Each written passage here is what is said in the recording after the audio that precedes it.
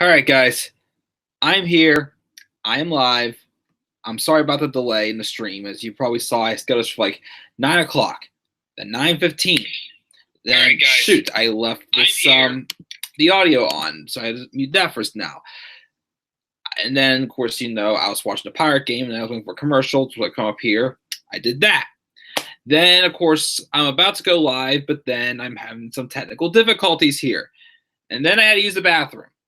Which, that was a little TMI there, but yeah. So it's been quite an interesting hour, so it's been for me. But I'm here live, guys. This is the first of 2 live reviews I'm going to be doing within the hour. As what is going on, this is the Club of the Man 1993. I am live for my live review of NXT TakeOver Unstoppable 2015, another retro view. Which one am I on now? This is like the 5th or 6th takeover. I gotta remind myself here because I lost my train of thought here. Like the 5th or 6th takeover review I am doing here. Let's scroll down here on my list very fast here, and then I'll get to the review. 3, 4, 5, 6. Yeah, this is the 6th one. The 6th NXT retro review that I'm doing. Of course, I keep catch myself there because this not all of them been called NXT TakeOver, as I keep saying. But of course, we are on now NXT TakeOver Unstoppable 2015, which took place on May 20th, 2015 at Full Sail University. I say that because starting the next pay-per-view, not all takeovers are all going to be at Full Sail anymore. This is around the time where NXT really started to get on the map, as they're doing some more live tours and whatnot.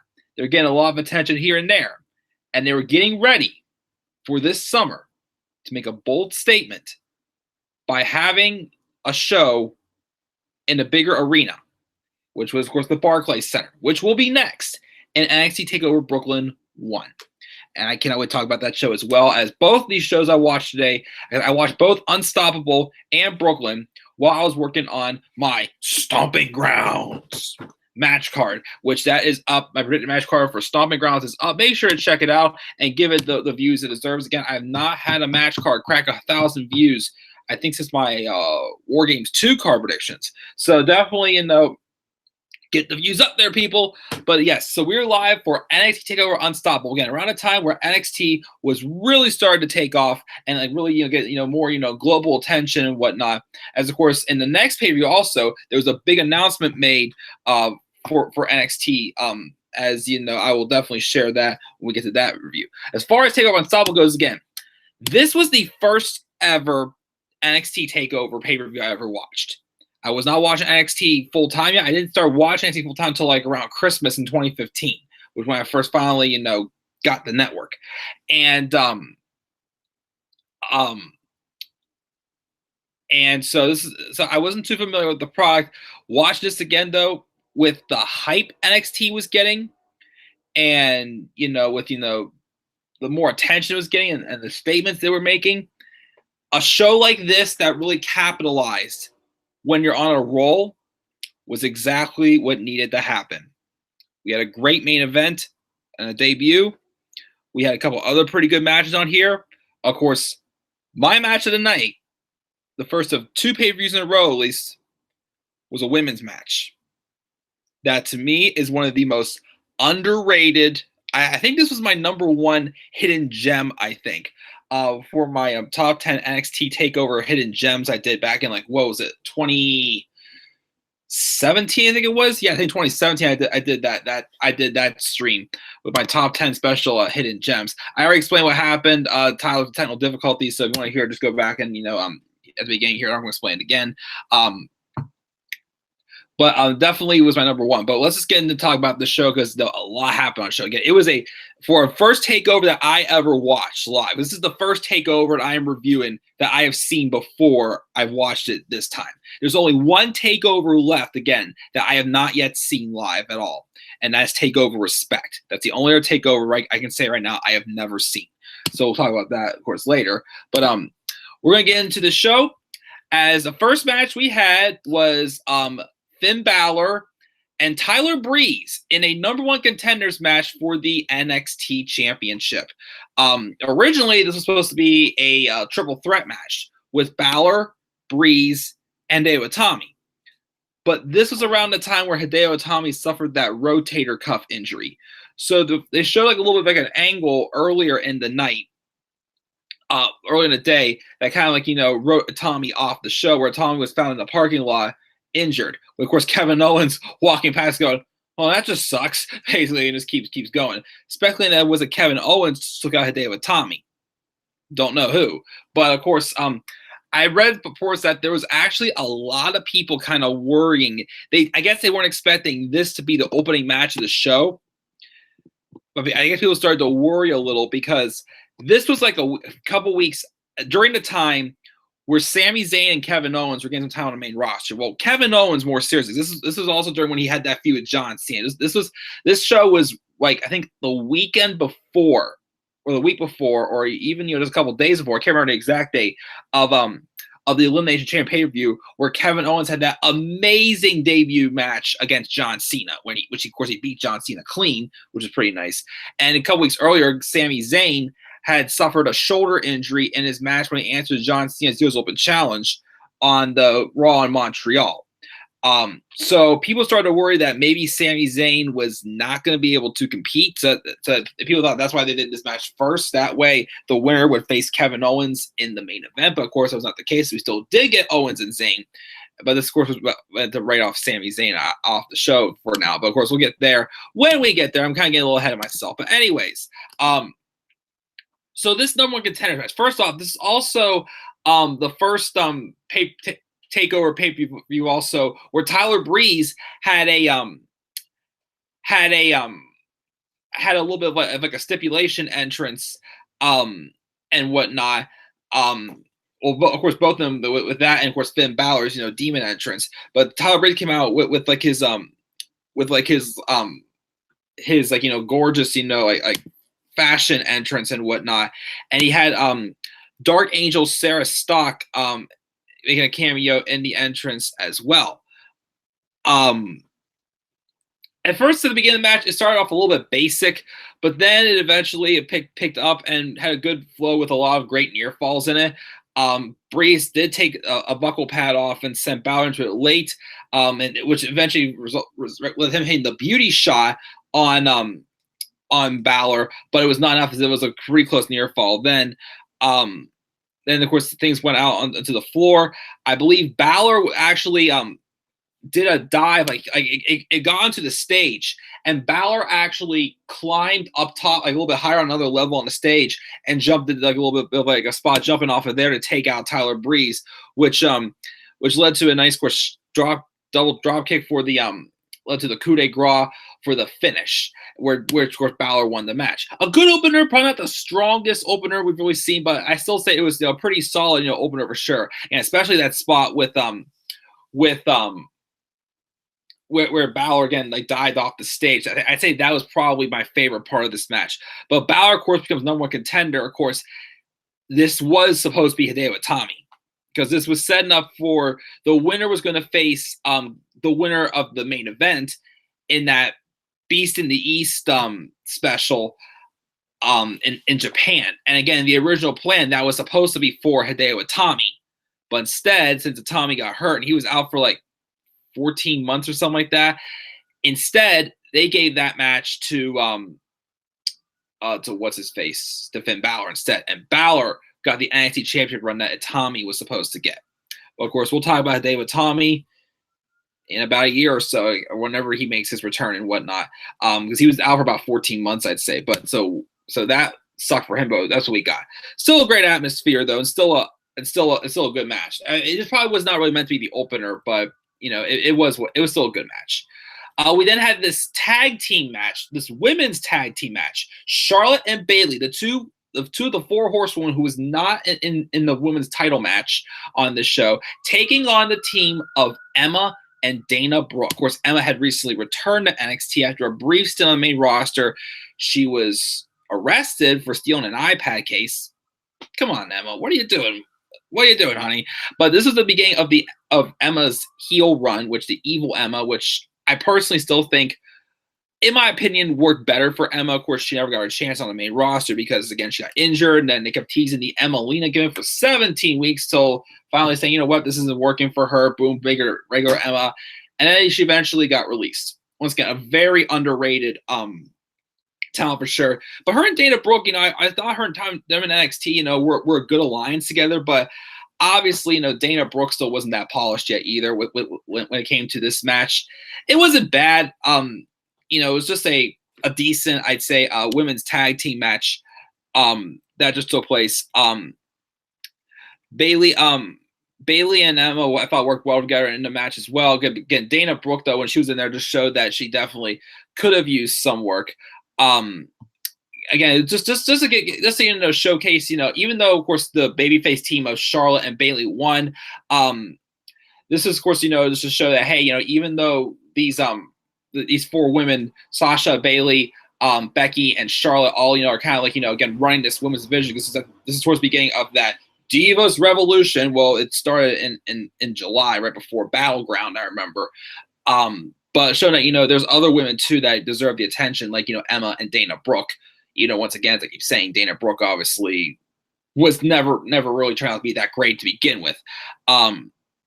But yeah, just a decent women's tag match again to showcase some more women's talent, which I definitely appreciated that. Show more appreciation for the women as well. Again, as it definitely was like, again, it's at the beginning of NXT.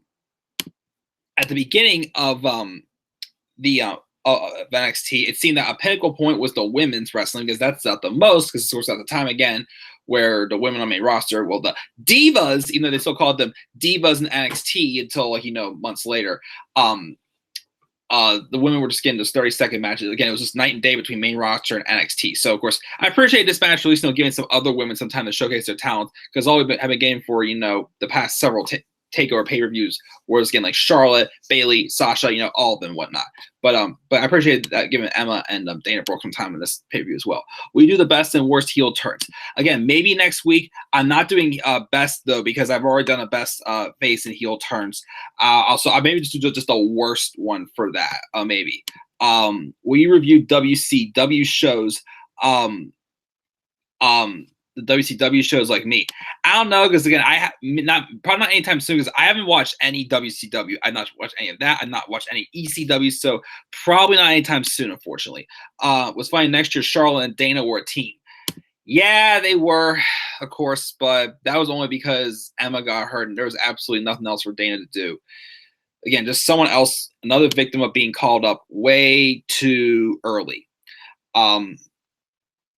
That's what she was, and okay, I won't mind. Sweet. We then had a match with Baron Corbin and Rhino. I thought this match was wasn't anything like too outstanding, but for a big man match, I enjoyed it more than Corbin and Dempsey. Well, first off, again, I still can't believe I didn't realize until the last pay-per-view, Corbin at one point was a babyface. But he was getting that those brief host fights that he was winning. He was like beating people with and being over. But of course, this is actually the first pay-per-view since he had turned heel, which is obviously Baron Corbin is more fitting as a heel. Of course, when he's booked right now, like he is now. But I thought him and Rhino put on a pretty good big man match for the most part. It wasn't amazing. I thought it was just decent to solid, I thought. This is the way to put over Corbin, as he won by hitting the end of days on him as well. But again, it was a clean win for Corbin, and so it definitely put him over, of course, in his first pay-per-view as a heel. There was some point also in the show, I do remember they did show some recent NXT signings. The only ones I can remember off the top of my head that were there were Billy Kay and Peyton Royce. Gosh, I feel like there was someone else in there that I recognized that we got put over besides the last person. But the biggest name, of course, well, at the time sitting there was Apollo Crews, which of course he would make his in-ring debut at the next TakeOver on his birthday also. But once again, it's just sad to watch, because he was another person who was a victim of being called up way too early. And Apollo Crews should have had a run of the NXT Championship. I really felt Apollo Crews was someone that should have been in plans to be NXT champion. I mean, again, I don't know if Triple H thought he was one of those guys like Elias who felt he's more meant for the main roster and not NXT. But again, they just called him up way too early. But anyways, getting back to this show. Next, we had the tag team championship match. Blake and Murphy taking on the team of Enzo Amore and Big Cass. Well, of course, he was Colin Cassidy in NXT, and then came to the main roster. He was Colin Cassidy for a few weeks. Then they just made him Big Cass as his legitimate name. Of course, this is Enzo and Cass's first takeover appearance since Fatal 4-Way, I think it was, when they had that match with Sylvester LaFront and whatnot. And again, that hair versus hair match, which didn't really impress me too much again. But this is, of course, when Enzo and Cass really started catching fire, and they were on hot. Did their usual entrance and whatnot. Of course, Enzo was taking care of most of the match as just as the resilient baby face, making small comebacks, but of course making the hot tag eventually to Big Cass, who just ran wild. And of course, they go to their finish, the rocket launcher, whenever Enzo would jump up for a splash, and then Cass just pushed him down to lay on top of him. So that's what did the rocket launcher. But then the curveball came in this match where Alexa Bliss came out, and Alexa Bliss had been used as a really bubbly baby face, I think so. But this was kind of like to escalate her a little bit, and the beginning of where Alexa Bliss really went to be, and that was a heel. This is where Alexa Bliss turned heel. She came out because, of course, Carmella was out there also, and she attacked Carmella. And, of course, Big Cass, at the time, real-life boyfriend, got distracted, and he ate a super kick on the floor. And then when Enzo went up to do a splash again by himself, Alexa Bliss came up and was pretty much,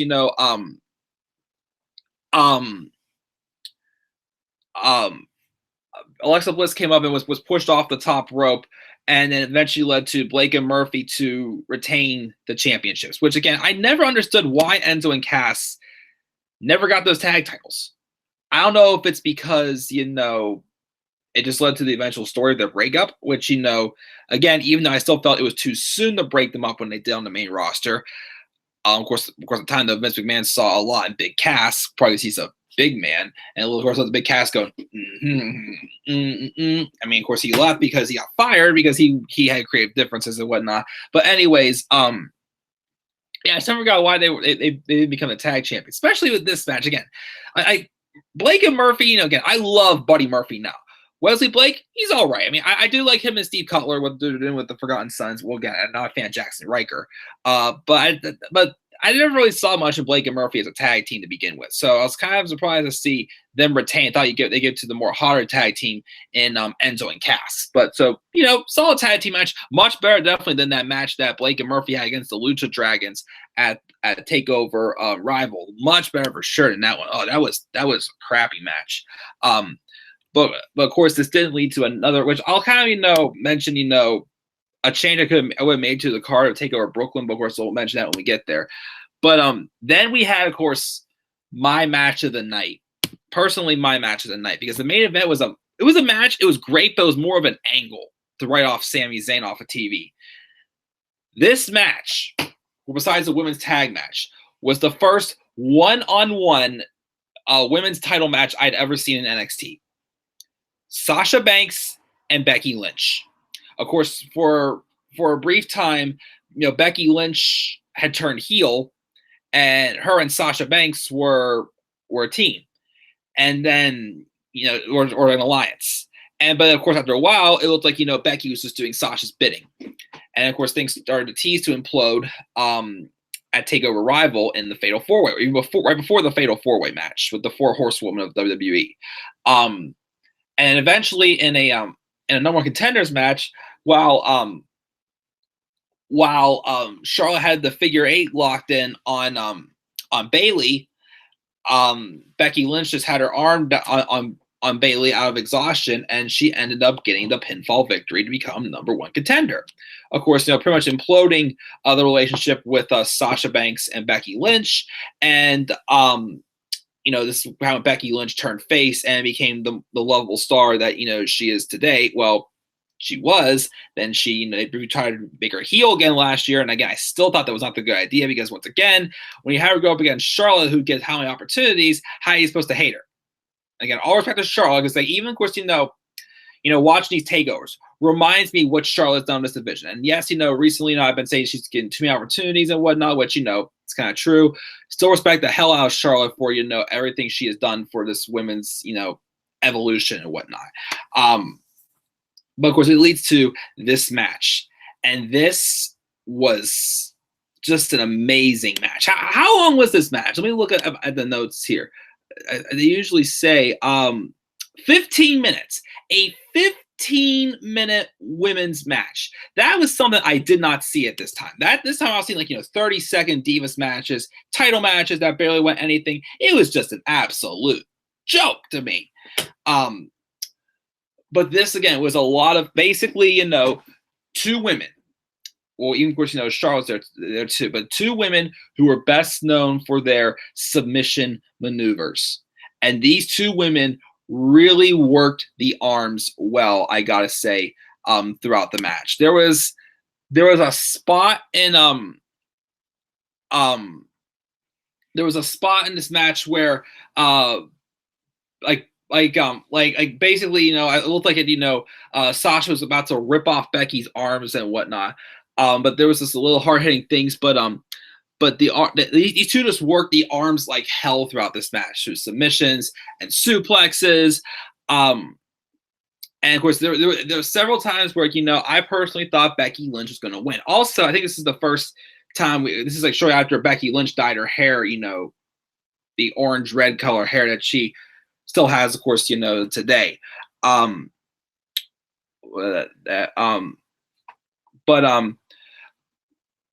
But then eventually, though, Sasha Banks would get the win after she hit a divorce court off the top row, transitioned into the Banks statement, and that's what got Sasha the win. But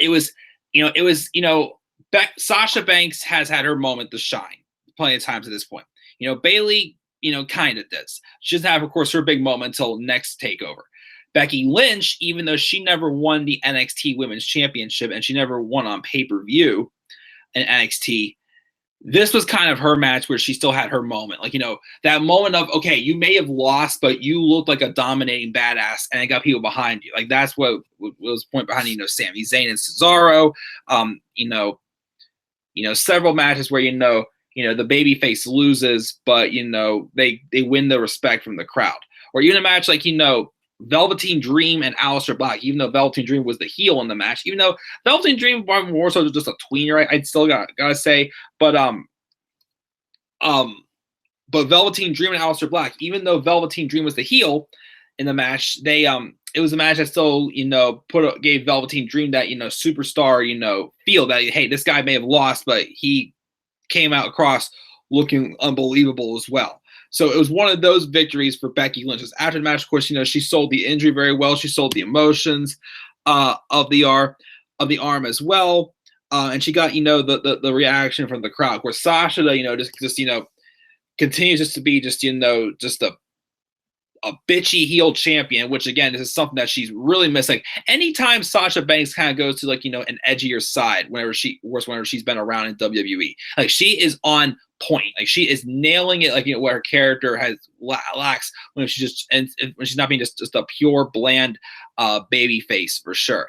But continuing to show these ladies are improving and how they can basically be a main event. This was a main event caliber match. Of course, it was not as good as the match we got TakeOver Brooklyn. We'll get to that though. But this, again, definitely one of the most underrated women's matches I've ever seen for sure. And it was amazing. Charlotte and Trish being a dream match, that would be awesome, honestly. Trish, she can still somewhat do it. So Charlotte and Trish, go for it. AJ and Triple H is another dream match. Sure, why not? I mean, Triple H, the past couple of times I've seen Triple H in the ring, Age is starting to show him a little bit, but I think he can still put on a solid match for sure. Well, then again, he can't keep doing 20-minute matches all the time. Maybe 15-minute match or something, but not these 25-minute matches. They're definitely starting. I really started recognizing that at That's why gave last year's Super Showdown a chance, and I saw the match with him and Undertaker again. I'm sorry, that was a bad match. It just, well, it wasn't as bad as I thought it would be, but the fact again that it basically killed the whole idea of end of an era, and there's the fact that it showed that Undertaker can't do a 25-minute match anymore. That was just not too good. But anyways, we then got our main event, which, by the way, I noticed, on most of these takeovers so far, usually before like a big match happens, they usually have see them walking backstage and they play that little like song they play whenever they're lowering like the cage or something like that. They on this show they did it for Sasha and Becky, but they didn't do it for Owens and Zayn. But so obviously, this match is about, because I thought at first this pay-per-view was called TakeOver Revenge. I forgot it was called on something. I swore at one point there was a pay-per-view called TakeOver Revenge, but didn't happen, of course. But this main event, Sami Zayn and Kevin Owens, the rematch from the dominating match that they had at TakeOver Rival, where again, Kevin Owens came across as just a dominating machine, just kicking Sami Zayn's ass to a point where Sami just could not continue. But even during all this, even when he was beaten and bruised, Sami Zayn basically showed that he refused to quit, which of course again puts Sami Zayn over, one of the strongest in a loss yet. Although you can make an argument for a match, the only other takeover match he's ever had. Next year when we get to that takeover, and about a couple more handful of takeovers still left till we get there. But this match, again, Sami Zayn had that shoulder injury he suffered against Cena. And this is basically this is only about like a 13-minute match. The previous one was about like almost 25 minutes. This one though was about 13 minutes. Basically, it was Sami Zayn, shown like a more, physical side. It was an angle taken to another level, basically. But eventually, it all basically, stopped when Owens hit that pop-up powerbomb on the apron, which was then, again, they brawled over the ring. Like this could have been a false count anywhere match or something. Or once again, as I've been wanting to see it again, like especially after seeing that match at Rival, those two were destined for an I Quit match. But once again, if they're not going to be booked right on the main roster, then they're not going to get here. They could maybe get that, of course, in AEW. But again, they brawl throughout the arena and whatnot. But the moment that Kevin Owens hits Sami Zayn with the pop-up powerbomb on the apron, it was done. The sad thing is, though, is Kevin Owens' pop-up powerbomb off the apron was sold really well until, of course, got to the main roster. Like, one of the first times I remember that they didn't do a good job of it was the go-home show, I think, for Hell in a Cell or a week before, where Seth Rollins was hit with that powerbomb on the apron, but he showed up next week looking just fine and dandy. But yeah, here it was meant to write Sami Zayn off of the show for 9 months, June, July, August, October, November, like 6 or 7 months. Sami Zayn was gone. But that's what basically did. Once again, just protecting Sami Zayn. He tried to continue to fight him, but it didn't work out as the referee had to stop. And Kevin Owens retained the championship. As he said, don't show up tonight because if you do, you're not going to leave, properly. And that's kind of the case he did, because afterwards he continued to beat down on Owens. But then Owens continued to beat down on Zayn. But then, of course, Regal, because I remember, I had to be a little reminded here whenever Kevin Owens was talking about whenever he was headbutting Vince McMahon on Talk Is Jericho with him and Sami Zayn and Jericho. He was talking about, the segment where he had to headbutt Vince McMahon before Hell in a Cell in 2017. But he said the only person he probably headbutted harder was when he headbutted Real in NXT. And I forgot this is when he did that. Like Real tried to grabbed Owens by the face, and Owens just attacked him. Well, not attacked, he just headbutted him and took out Regal. And you grabbed the chair trying to attack Sami Zayn. He got a couple shots in before, of course, the rumors were speculating about, and it happened. Samoa Joe makes his NXT debut. He comes out, he gets face-to-face with Kevin Owens. And then, of course, he came out. But then Owens, of course, decided, hey, I'm not going to do this right now. So he walked out, but then he goes to walk back in, and basically, making it seem like that he was going to tease a return. He's like, nope, not tonight, not tonight. He says, I did what I had to do, which he did. He took out Sami Zayn and basically, told this great story of, these two good friends. Sami Zayn was in NXT making a name for himself. Owens had just got to NXT the night Sami Zayn wins the championship, and he takes advantage of that and just, rolls right past him. Eventually, we'll go to the main roster. And, of course, once Sami Zayn was recovered from his injury and finished up some unfinished business in NXT, with a mini feud with Samoa Joe, and then, of course, his match with Shinsuke Nakamura and TakeOver Dallas, another show I can't wait to talk about. And then, Zayn came up there and, just finished off his unfinished business with Owens, even though, once again, it didn't, it led to better things for Owens and not so good things for Sami Zayn. But, still just an amazing story that was definitely told very well. Again, Owens did what he did, and he felt he had no reason to try to pick a fight with Joe that night, even though a pay-per-view match with Joe and Owens sounded pretty good to me, though, but we did not get that. But, yeah, that is it for my live review of NXT TakeOver Unstoppable 2015. Again, the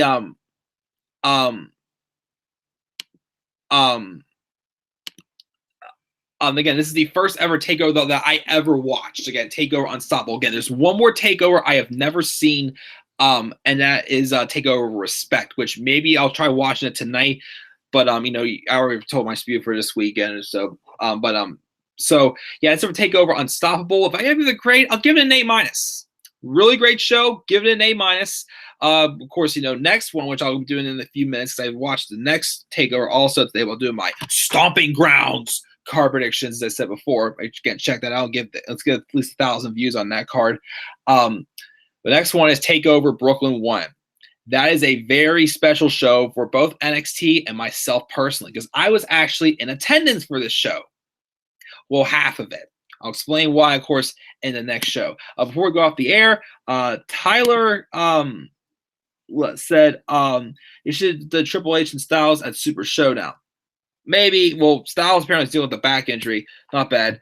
Goldberg and Braun Strowman. I guess if it was Goldberg a couple years ago, maybe. That wouldn't be too bad either. And Joe is here, bitches, at TakeOver Unstoppable 2015. Yes, that was a great debut for sure. Of course, people thought since Joe and Punk were good friends in real life, they thought maybe this would bring CM Punk back.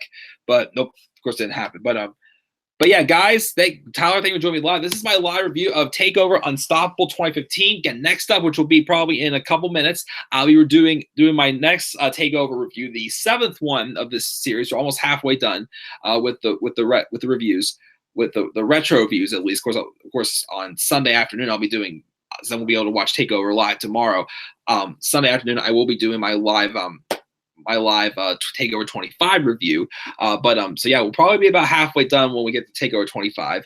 So which is cool with me. So yeah, guys, weird thoughts on NXT TakeOver Unstoppable 2015. Leave your thoughts down in the comment section below. And as always, guys, slap a like on my video, subscribe or comment on my channel, and follow me on Twitter at DemandAirboy93. And also make sure to check out my WrestleMania Experience documentary found in the description box down below. And with that, guys, I will see you guys all in a few minutes for my TakeOver Brooklyn 1 review. So until then, guys, peace out, everybody.